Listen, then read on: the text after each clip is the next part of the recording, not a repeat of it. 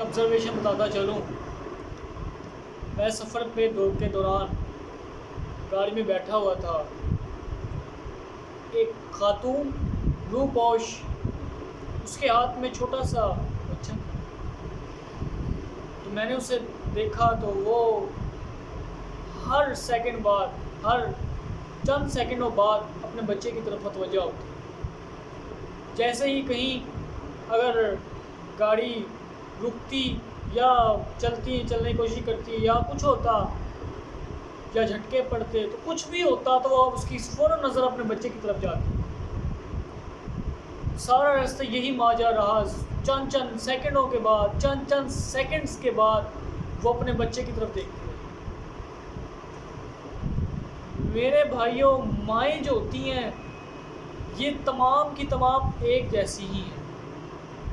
تمام ماؤں میں جو ممتا کی خصوصیات ہیں وہ ایک ہی جیسی ہے، اس میں کوئی تبدیلی نہیں ہے.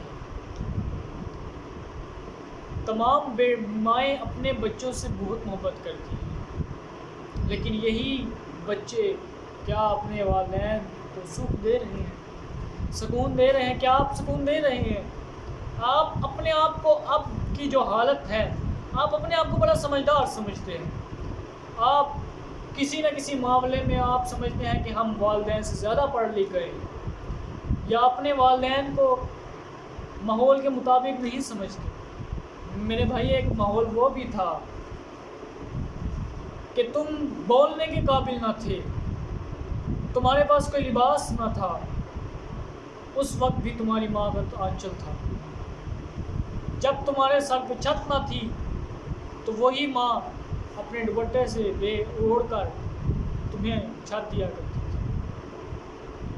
جب تم میں اتنی طاقت بھی نہ تھی کہ تم خود کھانا کھا سکو تو وہی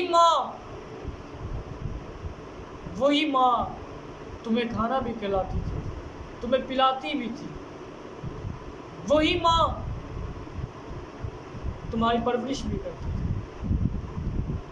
جب تم لاوارث ہوتے تھے تو وہی ماں تمہیں لاوارث ہونے نہیں دیتی. تم اکیلے ہوتے تھے، وہی ماں تمہیں اکیلا ہونے نہیں دیتی تھی.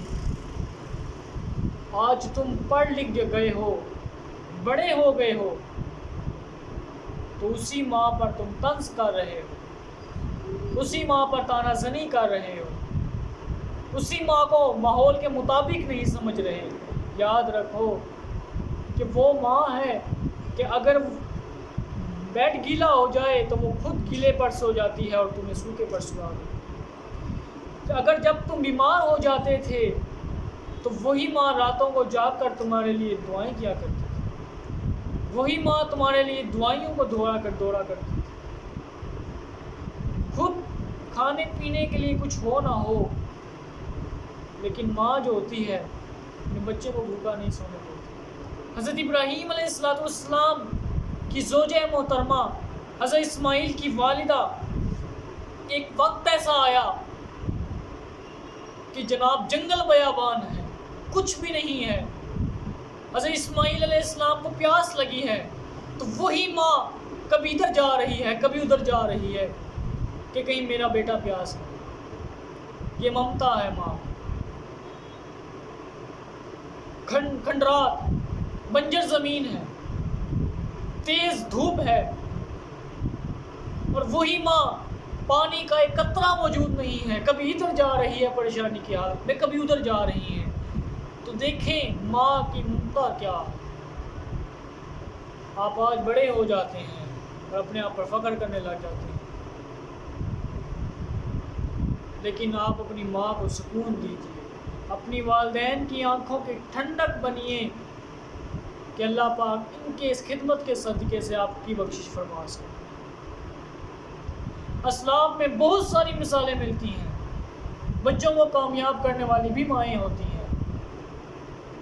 وہاں زمانہ نہیں دیکھا گیا، اس وقت کا زمانہ اور تھا، لیکن وہی جب ماں کے بچے دوسرے زمانے میں داخل ہوئے تو وہ بہت سارے ایسے لیڈر تھے، انہوں نے دنیا کا نقشہ بدل کے رکھ دیا.